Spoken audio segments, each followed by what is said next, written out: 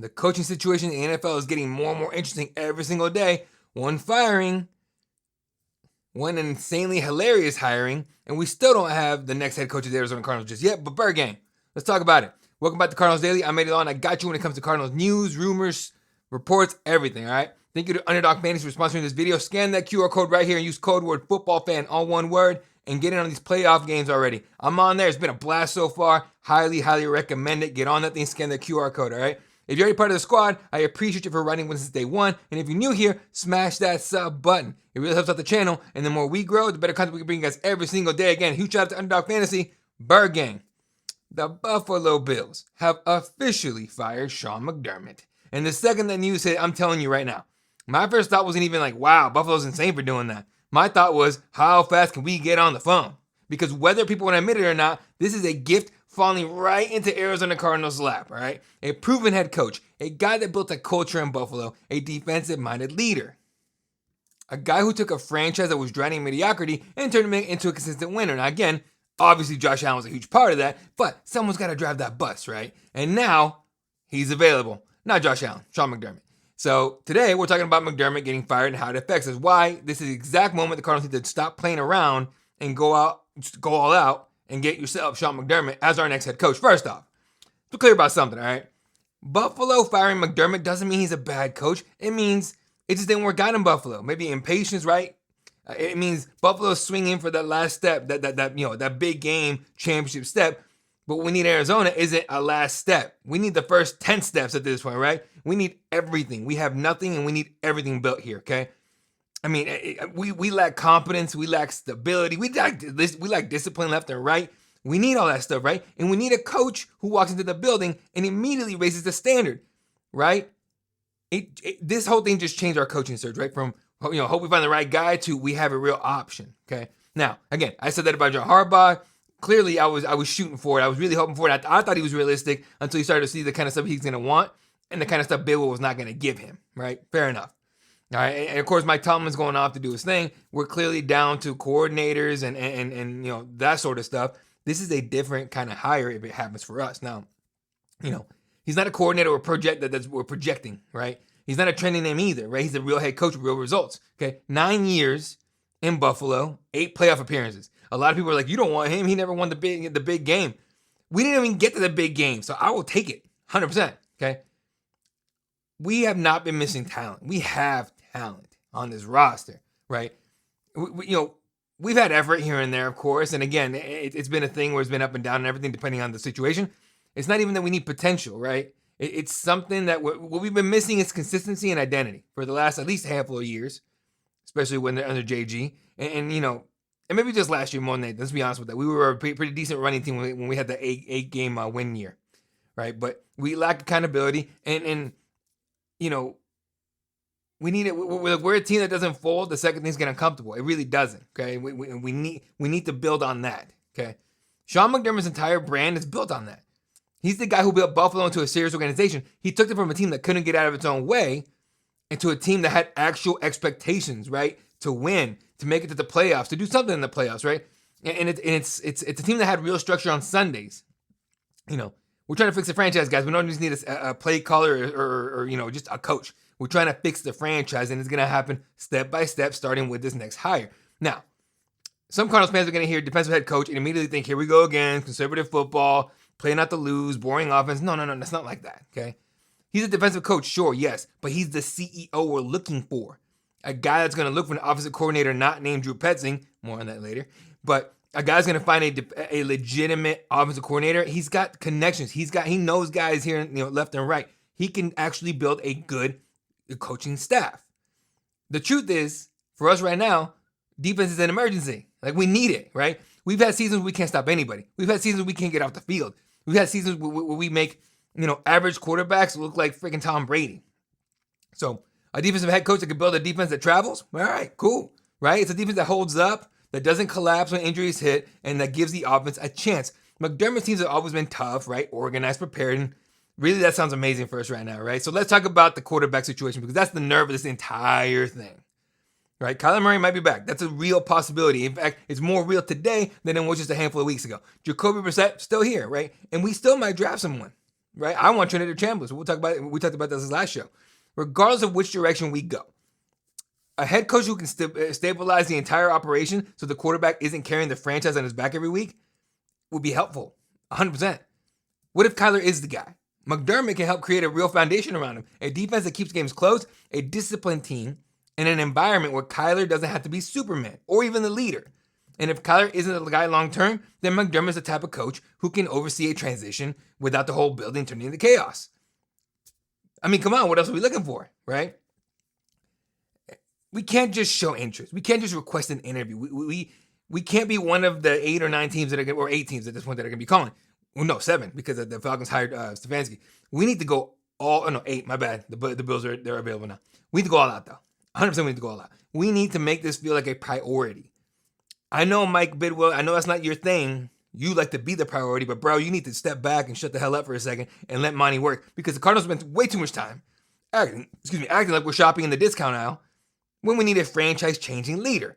This is not the time to be cautious, right? It's like from Interstellar. This is not the time for caution, right? It's time to get aggressive and serious. Let's go get this guy. Walk into the room and say, Sean, here's the vision. Here's the support. Here's the staff budget. Here's the control you need. Get in there. Let's go. You're a Cardinal. Because that's what this hire is, right? He's a fixer. He's a builder.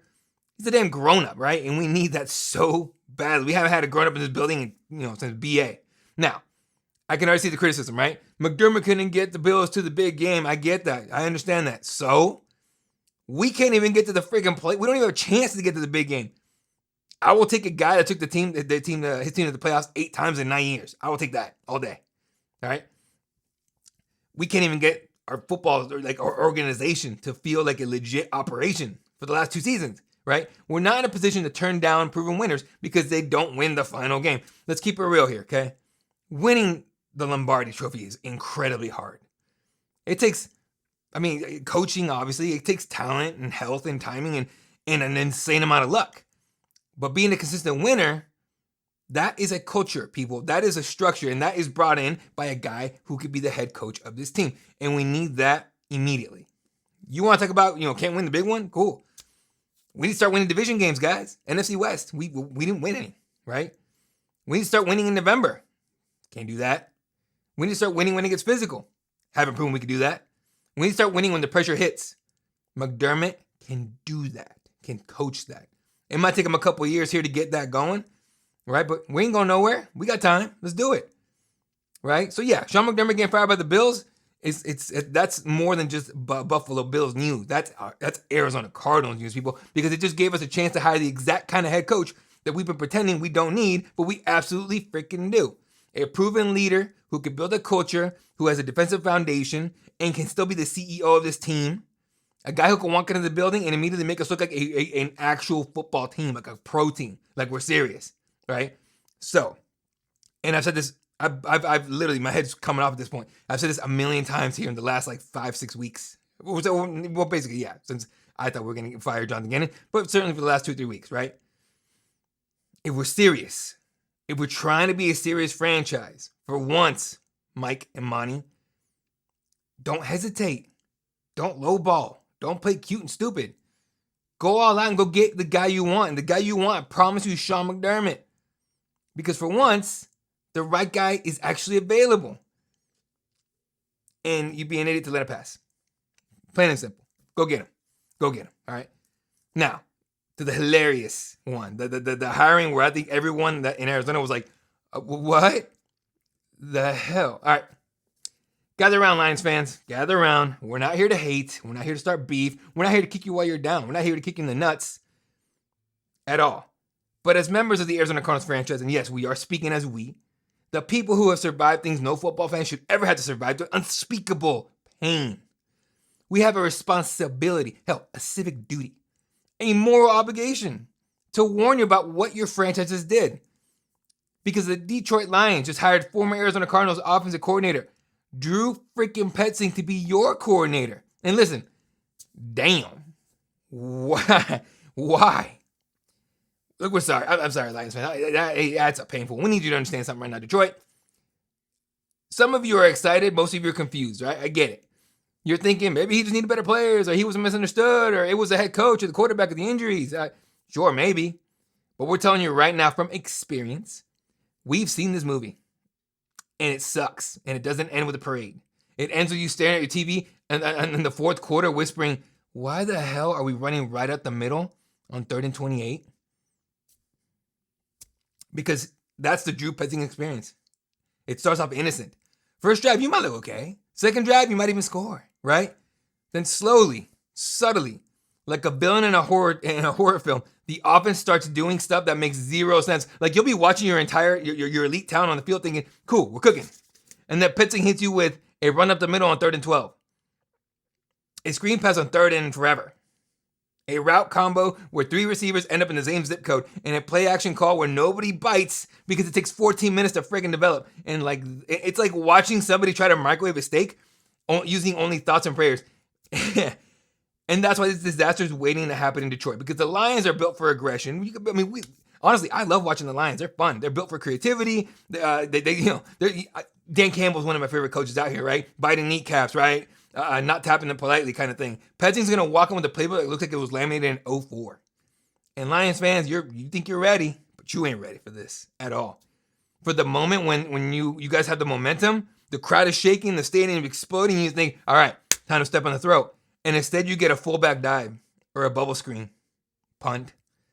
And then the camera zooms in on Dan Campbell, look like he wants to headbutt a refrigerator. Now, we can already hear you saying, hell, maybe it'll be different in Detroit. And we respect the optimism. We truly do. We had optimism too. It was just beaten out of us like it owes us money. Here's the issue though.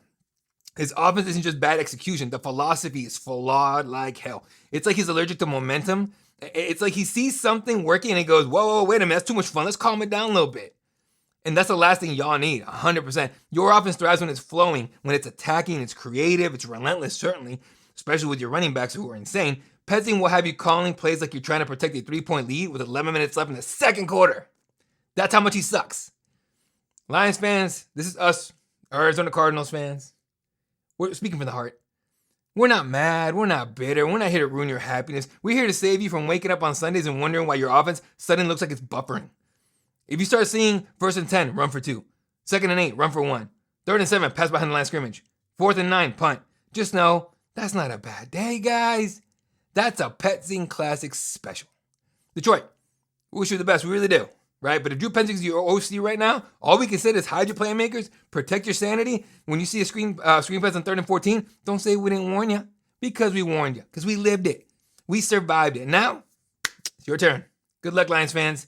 And may your kneecaps be strong, because your patience is about to get tested like you could not believe. Now, you know one thing that doesn't have to test your patience? Underdog fantasy. Football playoffs are here, and Underdog is the best place to get on all the gridiron action. Playing on Underdog is easy. Just pick your favorite players. Are they going to go higher or lower on stats like rushing yards, receptions, catch yards, and more? Get them right. You can win up to 5,000 times your cash. The NFC West, as powerful as it is and as depressing as it is for us Cardinals fans, it's guaranteed a spot in the big game in San Fran. And that game is the game I'm absolutely watching this weekend is the one where we decide which one's going. Rams and Seahawks. The spotlight for me is Matt Stafford to go higher than his 0.5 interceptions thrown. Half interceptions, obviously. And Sam Darnold to go lower than his 229.5 pass yards with that injured oblique. That Seattle defense is nothing nice. It's not Legion of Boom, what do they call it, Dark Side, what a silly name. It's legitimate. That defense is nothing nice. It is a mean-ass defense, okay? Matt Stafford is not going to have his way at all this weekend, okay? At all. So he's going to throw like 2-3 picks on my call, okay? But Sam Darnold, with that little oblique, he ain't going to do it either.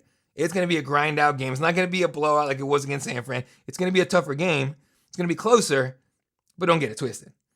Lower or higher on Matt Stafford for a bunch of picks, maybe like 2 or 3, I would say. That defense is nasty.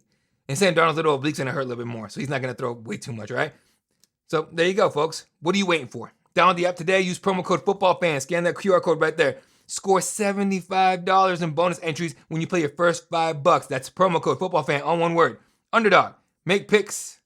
Win money. Must be 18 plus. 19 plus in Alabama and Nebraska. 19 plus in Colorado for some games. 21 plus in Arizona, Massachusetts, and Virginia. And present in a state where Underdog Fantasy operates. Terms apply. See assets.underdogfantasy.com/play and get terms DFSTML for details. Offer not valid in Maryland, Michigan, New Jersey, New York, Ohio, and Pennsylvania. Concerned with your play? Call 1-800-GAMBLER or visit www.ncpgambling.org. In New York, call the 24/7 Hope line at 1-878 or text HOMI 467-369. All right, Bird Gang. Back to it, ladies and gentlemen. Let's talk about the 2026 NFL Draft, because whether we like it or not, our Cardinals are sitting at near the top top 3, obviously, 3rd pick overall. And this is where this draft is going to shape our future. This how it always happens in the first round, especially when you're up top, high up there, okay? And we all know the story by now. I've been repeating it over and over again, and you're probably tired of me talking about it. We've got holes on this roster. We got needs at multiple positions. We got to figure out this coaching thing, this identity thing. We got to figure out, whether we're building for a playoff push immediately or building something that actually lasts. But there's one thing that stays true no matter what direction we go. We want to compete in this NFC West. If we want to compete in this NFC, which we definitely do. We need to whoop their other quarterback's ass. 100%. Put pressure on them. And that's exactly what I want to talk about today. A name Cardinals fans need to keep on their radar for the 2026 NFL Draft. Texas Tech edge rusher David Bailey. Because if we're serious about fixing the defense, and I mean really adding a piece that's going to make us really scary, I think Bailey's the type of draft target that could really help us turn the pressure into production. Cardinals football over the last few seasons, it's not okay. It's that we don't consistently collapse pockets. We don't consistently win on the edge. Can't turn obvious passing downs into stops. When you can't do that, everything falls apart, right? You're off schedule and everything. Or more clearly, I guess, more accurately, their offense is on schedule and we're way behind, 2-3 steps behind. Your corners have to cover too long. Your safeties are out there playing scared, trying not to make a mistake. Your linebackers get caught in conflict left and right. And suddenly, even average quarterbacks have time to look like they're playing in shorts in practice. That's the Cardinals' problem, a defensive problem in a nutshell. We can compete for stretches, sure, and we do. But we can't get pressure with 4, we're cooked. It's game, right? So when we talk about drafting a guy like David Bailey, what we're really talking about is getting a defender who changes the math, right? Forces offenses to adjust protections, forces quicker throws, of course. Makes third and long feel like our advantage again. Now, David Bailey out of Texas Tech is the type of edge prospect that fits what modern NFL demands because edge rushers aren't just sack guys anymore. They're guys these days, those guys have to play fast off the snap, right? Win with their hands, turn speed into power, set the edge versus the run, chase plays down from the backside, right? Oh, and certainly be disruptive when they don't get the sack, right? That's where Bailey stands out. He's not just a one move guy, right? Not this type of athlete who looks good in drills. He actually, he's the type of edge rusher who plays like he's annoyed the offense even lined up across from him. You love that kind of thing, right? We need more of that attitude on this defense. We need defenders who show up every Sunday acting like they're the aggressor. Like the other team already said something about their mama and they're coming to get the payback. And I'll say this too, right? Texas Tech defensive players, especially pass rushers, tend to come into the league with a certain kind of edge to them. Pun not intended, but they're used to open offenses, being on an island in space, right? Chasing athletic quarterbacks, playing in systems where if you're not relentless, you're going to get exposed. And that's a good thing because the NFL is built to punish defenders who take plays off, right? You don't get to jog on defense. You don't get to guess, right? If Bailey's a guy who brings consistent urgency to every snap, he's a star. I think he becomes a star right away if he can bring that to us, right? He gives us something we haven't had enough of, right? A pass rush we can actually count on. Because I'm tired of going into games hoping the defense just figures it out. Because that was Johnny Gannon's, and Nick Rouse's plan clearly all season last season. I'm tired of seeing quarterbacks stand back there, pat the ball and just take the time and pick us apart like it's nothing. I'm tired of watching 3rd and 8 and feel like it's an automatic first down for them, right? A guy like Bailey brings the possibility of absolutely changing that entire deal right there. He's the type of player who creates momentum-changing plays, right? Strip sacks, pressured interceptions, forced throwaways, negative runs, holding penalties because tackles are panicking. That's how you flip games as a defense. And that's exactly what we were missing. Not just talent, but a game record, all right? I don't want to sugarcoat this, and I think you guys know this already. The NFC West is not the division where you can play winning soft defense, all right? This division is way too physical. We need to meet that physicality and get after it. These teams are too damn well coached, okay? And the quarterbacks we deal with are way too capable. I mean, the coaches alone, right? McVay, McDonald, Shanahan. Great coaches. Quarterbacks, Purdy, Darnold, I'm a little out on, but either way, they're winning. I can't say nothing about that at all. Is what it is. And of course, Matt Stafford, right? You want to close that gap? You can have defenders who can win the matchup without needing everything to be perfect behind them. David Bailey could be one of those guys. As much as people love talking about how wide receivers and flashy, flashy players, skill players and all that, and yeah, we need that too. Edge rushers win playoff games. They close games. They travel. They show up when everything gets tight. And Bailey's the kind of guy you draft with that future in mind. Now, some people are going to say, we need obviously quarterback, right? But we need O-line, and I still want O-line. But we got to look at all our options, right? But O-line, people can say linebacker, corner, running back, everything. Some people say wide receiver. I get it. But if we keep putting off this edge rusher problem, it's going to look like our O-line problem, right? We're not going to get anywhere. Bottom line, right? So I think if you don't go O-line, right, you got to consider taking David Bailey with the number 3 pick, but it's not really a luxury pick. It's like a foundational pick. We're done being easy to play against. We're here to punch you in the mouth finally. So bottom line, right? If we draft Texas Tech edge rusher, it's because we know we need pressure. We need physicality and disruption, defenders who can attack. And if Bailey brings all those traits into this building, he's the kind of pick that helps change the entire identity of our defense. When that changes, everything changes, right? The offense gets better field position every time. The secondary plays faster. The whole team plays with confidence, and that's what we've been missing. So keep an eye on David Bailey, folks. Texas Tech edge rusher, 2026 draft. Because if we want to stop talking about rebuilding and start talking about winning, we have to have guys who hunt quarterbacks. All right? And again, I still want my O-line guy. I still want to bring somebody to protect whoever's going to be a signal caller behind, on our offense. But I'm not the GM. Otherwise, I'd already made my moves. All right. That's going to do it for this episode of Cardinals Daily. I'm Eddie Cuevas. Don't forget to hit that sub, hit the bell, hit the like, leave a comment. I will see you guys all tomorrow. Shout out to Underdog Fantasy for sponsoring the video. Please scan that QR code, folks. It really helps out the channel. Sign up using football fan, all in one word, as your code. And I appreciate every single one of you guys, folks. Oh, that's right. These are my personal socials here, right there. And I had a nice little smooth outro to that. Nah, I screwed it up. Either way. And of course, Cardinals Daily 1 on everything. I dropped, obviously, like a breaking news video on there today for the Sean McDermott, or yesterday for the Sean McDermott firing. Make sure you guys hit that, follow those accounts, get all those right to your device. All right, Bird Gang, I rock with y'all till the wheels fall off. Go Cardinals.